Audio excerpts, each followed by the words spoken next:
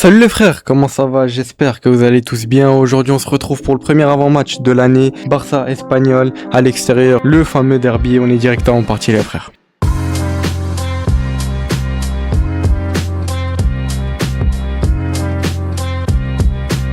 Tout d'abord, avant de commencer à parler de ce fameux match, j'espère que vous avez passé de bonnes fêtes pour ceux qui fêtent les fêtes. J'espère que de votre côté, le nouvel an s'est bien passé, etc.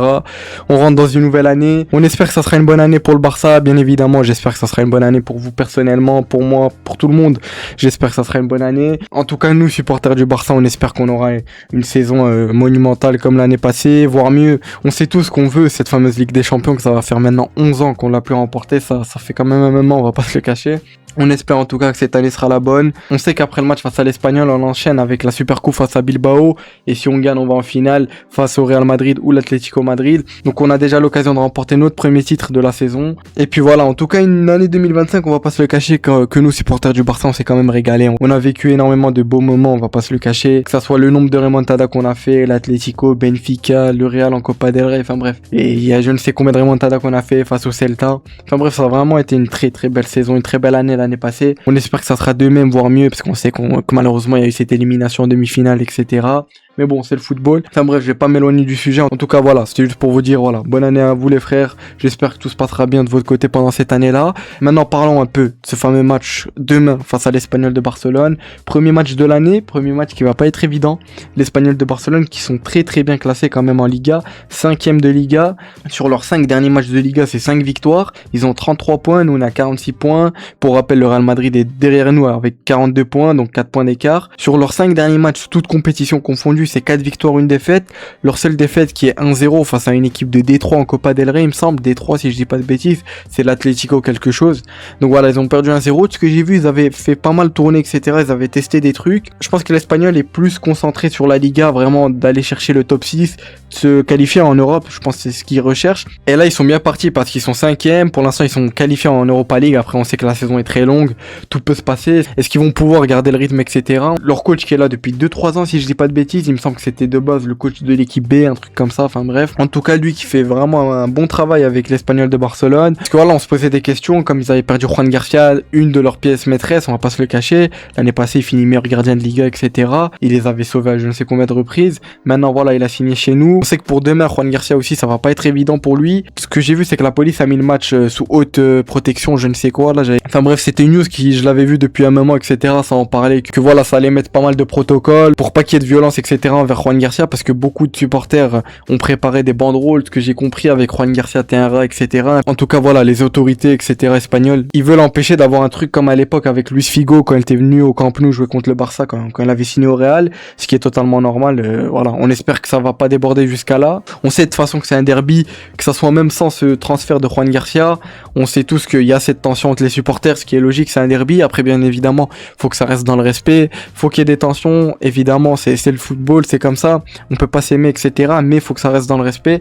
On espère que ça va pas déborder, qu'il n'y ait pas de dinguerie qui se passe pendant le match. Mais en tout cas, cette équipe de l'Espagnol, qu'il va falloir faire très attention. Ça va pas être un match évident. On démarre l'année avec un match qui est loin d'être évident. Flick l'a même souligné en conférence de presse. Il a dit qu'on s'attend à un match très compliqué et intense. Il a dit que c'est une équipe qui joue avec un pressing très fort, qui a de très bonnes transitions et savent maîtriser le ballon. En général, il a dit que l'équipe devrait être à son meilleur niveau pour battre cette équipe de l'Espagnol, ce qui est évident. Il a aussi dit que les joueurs étaient très calmes, très concentrés pour ce match-là. Et dans l'ensemble, il a dit qu'il était confiant pour ce match-là. Il a dit que l'équipe a les moyens de gagner, bien évidemment.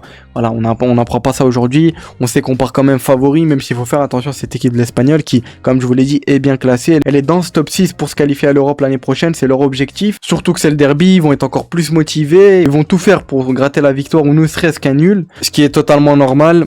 Il a aussi un peu parlé de l'Espagnol de l'année passée et de l'Espagnol de cette année. Il a dit que c'est plus du tout la même équipe, que c'est une équipe qui est plus confiante, qui est plus solide que la saison passée. Il a dit aussi que leur situation était totalement différente, que l'année passée ils luttaient pour le maintien et que cette année-là ils veulent jouer l'Europe. Comme je vous l'ai dit, l'année passée c'était très compliqué, ils luttaient pour le maintien. Juan Garcia était l'un des hommes forts pour le maintien de l'Espagnol. C'est pour ça qu'au dernier match de Liga, quand les supporters ont su qu'ils étaient maintenus, ils sont rentrés sur le terrain, etc. Ils avaient porté Juan Garcia comme un peu un héros, un peu dans le style Superman. Enfin bref, vous m'avez compris. Et puis maintenant les supporters ils le voient sous les couleurs du Barça, etc. Ça leur fait mal, ce que je comprends. Après bien évidemment faut que ça reste dans le respect. On espère qu'il y aura pas de dinguerie autour de Juan Garcia pendant ce match-là. Flick a aussi parlé brièvement un peu de la situation de Juan Garcia. Il a vraiment essayé d'éviter les polémiques. Il a dit que Juan Garcia était le gardien numéro 1, il a encore une fois confirmé. Il a dit clairement, il a dit que c'était un match spécial pour lui, mais qu'il ressentait aucune différence dans son attitude, que voilà, il s'entraînait bien, que il avait pas de préoccupation, Juan Garcia, à propos de ce match-là. Voilà, il le montre pas en tout cas, même si je pense que, bien évidemment, il a toujours cette pensée-là autour du match. Mais voilà, en tout cas, il a essayé d'éviter toutes les polémiques, Flick, comme d'habitude. Flick a aussi parlé de Dani Olmo et Yamal. Il a dit que tous les deux seront disponibles pour demain. Il a dit que Dani Olmo s'entraîne depuis un moment, il progresse très bien, etc. Flick se réjouit de son retour. Il a salué son courage et son état d'esprit après sa blessure à l'épaule. On sait qu'il avait eu cette blessure à l'épaule face à l'Atlético. Maintenant, ça va mieux de ce que j'ai compris. Je sais pas s'il s'est fait opérer. Il me semble qu'il s'est fait opérer. Mais voilà, c'était pas une blessure qui était si grave que ça. En tout cas, lui, demain sera disponible. Ça fait plaisir pour Dani Olmo. Par rapport à Yamal, je sais pas si vous avez vu, mais il y avait pas mal de news qui étaient sorties qui disaient que Yamal avait une gêne, qu'il allait peut-être pas être disponible pour ce match-là face à l'Espagnol, etc. Parce qu'il me semble qu'il avait quitté l'entraînement plus tôt, mais c'était juste parce qu'il était malade et il s'était absenté une journée. Donc voilà, c'était pas dû à sa pubalgie ou quoi. Demain, il sera disponible, ça fait plaisir. Flick a notamment passé un petit message aux supporters, il a appelé au fair play, etc. Comme je vous l'ai dit. Que ça soit un match dans le respect. Après, bien évidemment, comme je l'ai dit et je le répète, c'est un derby, on sait qu'il y aura cette fameuse atmosphère, etc. Ce qui est normal. Par rapport au mercato hivernal, c'est vrai que je vous avais dit qu'il allait avoir des vidéos actu, etc. les frères. Mais bon, je vais pas vous cacher que des news qui sortaient, etc. C'était des news qui étaient assez brouillons. Il y a juste ces derniers jours-là où on a plus des news qui peuvent se passer, entre guillemets. Parce qu'avant, c'était des petites rumeurs, ça parlait de Bastoni, Gvardiol, etc. Alors qu'on sait tous que c'est des noms qui seront impossibles à aller chercher cet hiver. Après, ça a parlé de Marco Senesi, Otamendi, De Vrij, etc.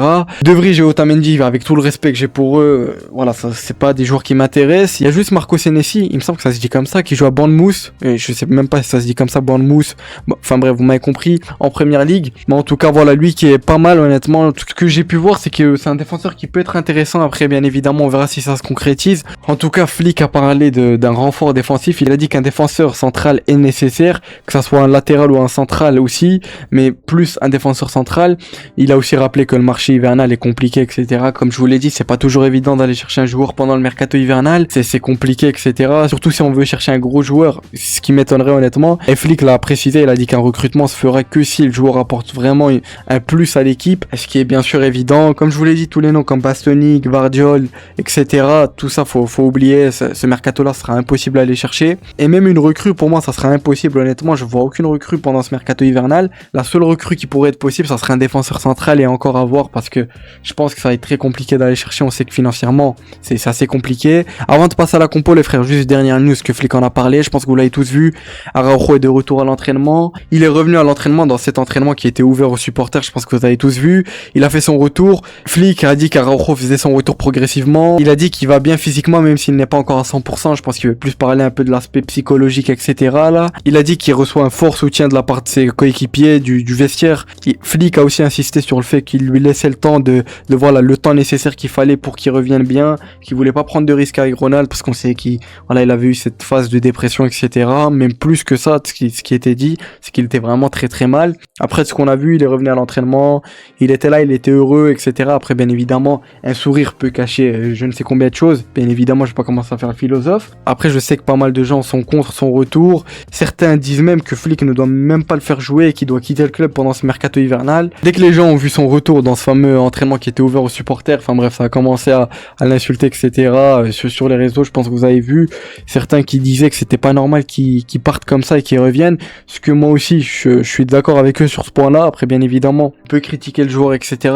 Ça, j'ai rien contre. C'est notre droit, bien évidemment. On peut critiquer le joueur et je suis le premier à critiquer, etc. les joueurs, mais faut que ça reste dans le respect. Faut pas aller jusqu'à insulter sa mère ou je ne sais quoi. Bref, je vais pas refaire le même discours que j'avais fait il y a un moment là quand il était parti, etc. Que voilà, il se sentait pas bien, Araujo, mais de toute façon, son cas, on va en parler. Honnêtement, c'est un cas qui est assez compliqué, on va pas se le cacher. J'ai pas trop envie de m'attarder sur ça. En tout cas, ce que Flick a fait comprendre, c'est que Araujo sera pas là demain, il me semble même pas sur le banc. Peut-être qu'il sera sur le banc et j'espère parce qu'on a besoin de lui, surtout avec cette blessure de Christensen qui, on rappelle, est blessé 4 à 5 mois, c'est énorme alors que lui revenait bien à chaque entrée qu'il faisait, il apportait un plus. Pour moi, ça allait être un joueur très important pour ce début de 2026, etc. Surtout au vu du niveau qu'il nous affichait, mais malheureusement, il s'est blessé 4 à 5 mois, ce qui est énorme, ce qui va peut-être faire que le Barça va aller chercher un défenseur central, même si ça va être assez compliqué comme je vous l'ai dit.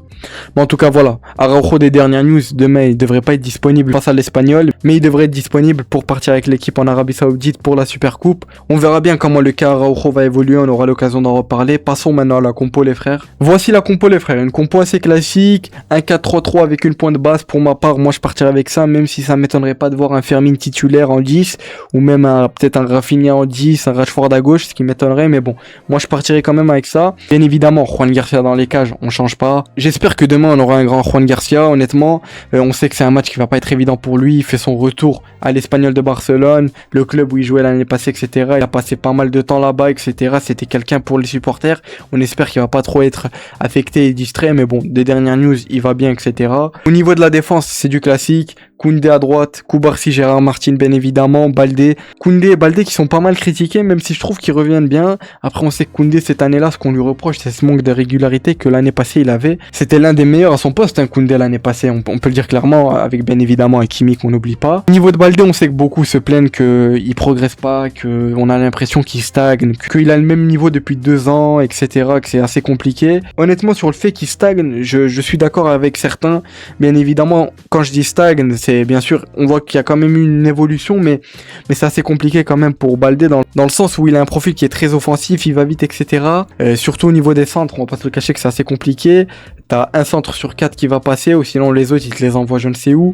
Mais bon, pour moi, je trouve que certains sont assez durs quand même avec Baldé. Je pense que vous l'avez tous vu ces derniers jours, même Fabrizio Romano en a parlé. Ça parlerait d'un potentiel retour de Cancelo au Barça pendant ce mercato hivernal. Cancelo qui honnêtement, on s'en souvient de son passage au Barça qui était pas mal, et même si pour moi, dans les gros matchs c'était assez compliqué pour Cancelo, on a pu voir ça au Classico, surtout ce fameux Classico 3-2 où il y a eu, il y a eu pas mal de polémiques encore une fois dans ce Classico, surtout son match face au PSG qui avait été catastrophique, le retour là, les mauvais souvenirs, je vais pas en revenir, mais Cancelo qui peut être vraiment une très bonne option. On sait que c'est quelqu'un qui aime énormément le club, il s'en cache pas. Du côté d'Al Hilal, la dernière fois, il avait dit qu'il aimait le Barça, etc., que c'était son club, le Barça, qui supportait, etc., il s'en cache pas. Après, bien évidemment, faut le rappeler que ça va pas être évident d'aller chercher un Cancelo, loin de là, mais si on réussit à recruter Cancelo dans ce mercato là, honnêtement, je pense que ça pourrait résoudre pas mal de problèmes, sincèrement. Après avoir, j'ai pas trop envie de m'enflammer. On sait que c'est un joueur qui peut jouer, que ça soit de latéral gauche ou latéral droit, ça pourrait énormément nous faciliter la chose, ce qui nous permettrait même des fois de replacer un Koundé dans l'axe. Après, bien évidemment, comme j'ai dit, c'est que des rumeurs, faut pas s'enflammer.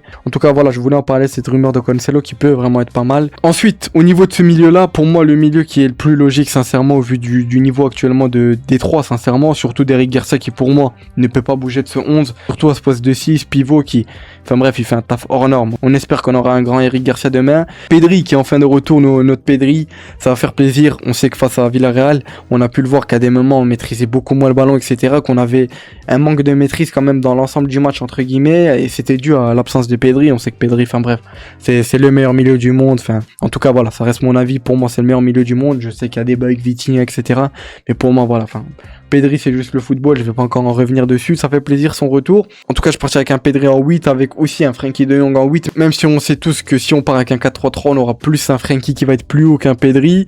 Donc voilà, moi je partirai avec ça, Frenkie qui revient pas mal honnêtement. On sait qu'on lui reprochait pas mal de choses à Frenkie, mais je trouve qu'il revient bien. Face à Villarreal, honnêtement, j'ai pu revoir un peu le match et vraiment il a fait son match. J'ai toujours pas compris pourquoi pas mal de gens l'ont critiqué. Il a fait son match avec Eric Garcia dans ce double pivot. Il a apporté offensivement bien que défensivement, même si on sait que il apporte beaucoup plus offensivement de Jong. En tout cas, voilà, moi je partirai avec ce milieu-là. Pour moi, on aura ce milieu-là, comme je vous l'ai dit, avec un Eric Garcia vraiment au poste de 6 pivot, un Pedri au poste de 8 et un De Jong au poste de 8 aussi, même si on l'aura un petit peu, je pense, au niveau du poste de 10 entre guillemets. Dans cette attaque-là, pas de surprise bien évidemment, Rafinha au poste d'ailier gauche, qui comme d'habitude il va rentrer dans l'axe avec Baldé qui va prendre tout le couloir gauche. On sait que c'est un énorme travail quand même que Baldé a à faire comme Koundé, on va pas se le cacher. Donc voilà, sans surprise honnêtement, Rafinha titulaire. Au poste de numéro 9, Ferran bien évidemment. On sait que Lewandowski ça commence à devenir assez compliqué. On sait aussi que l'avenir de Lewandowski au club, on se pose des questions parce qu'on sait qu'il arrive en fin de contrat. Lui il souhaite rester au Barça, il serait même prêt à baisser énormément son salaire pour rester. On verra bien comment ça va évoluer. En tout cas, moi je partirai avec El Tiburon, Ferran Torres, bien évidemment. Et pour finir, au poste d'ailier droit, bien évidemment, Lamine Yamal qui lui aussi collera sa ligne, fera ses rentrées. Enfin bref, il va provoquer Lamine Yamal. C'est du Lamine Yamal avec Koundé qui viendra l'aider. Koundé qui, on le voit que ces derniers temps, il profite pas mal que quand Lamine Yamal il est pris par 2 ou 3 joueurs, que ça lui fait un marquage individuel, il pique un peu dans l'axe comme ça et Lamine Yamal écarte un peu le jeu. Et ça crée des espaces que Koundé prend maintenant et c'est ce qu'il faut faire honnêtement parce qu'on sait qu'il Yamal demain, c'est sûr qu'il va être pris pris par je ne sais combien de joueurs encore. C'est logique. On sait que maintenant tout le monde redoute Yamal, ils savent comment il joue, ils savent que c'est un mec qui recherche les dribbles, etc. Voilà, demain, ça m'étonnerait pas de voir 2 voire 3 joueurs sur lui. C'est ce qui est logique, c'est la menace numéro 1 du Barça entre guillemets, bien évidemment, avec Pedri et Rafinha. En tout cas, voilà les frères, moi je partirais avec cette compo. Pour moi, ça serait la plus logique honnêtement au vu de l'état de forme de tous les joueurs, surtout au vu des dernières performances de Fermin qui sont assez compliquées, on va pas se le cacher. Olmo qui revient de blessure et ça m'étonnerait qu'il soit titulaire. Moi je partirais avec un 4-3-3 avec une pointe basse qui serait Eric Garcia. Et puis voilà les frères, ça aurait été tout pour cet avant-match. N'hésitez pas à me dire ce que vous en avez pensé, à me donner votre avis en commentaire. Pour ma part, en tout cas, je pars confiant pour ce match-là. Honnêtement, on a toutes les qualités pour s'imposer face à cette équipe de l'Espagnol. Après, bien évidemment, on sait que c'est un derby. On sait l'atmosphère qu'il y a autour du derby, etc. On sait que ça va pas être un match évident. Ils sont en forme aussi de leur côté. Sur leurs 5 derniers matchs en Liga, c'est 5 victoires, donc va falloir faire attention. On se retrouve pour le débrief qui sortira très certainement après le match ou au maximum dimanche les frères. C'était Azro, portez-vous bien, prenez soin de vous. Passez un excellent début de week-end. Ciao les frères.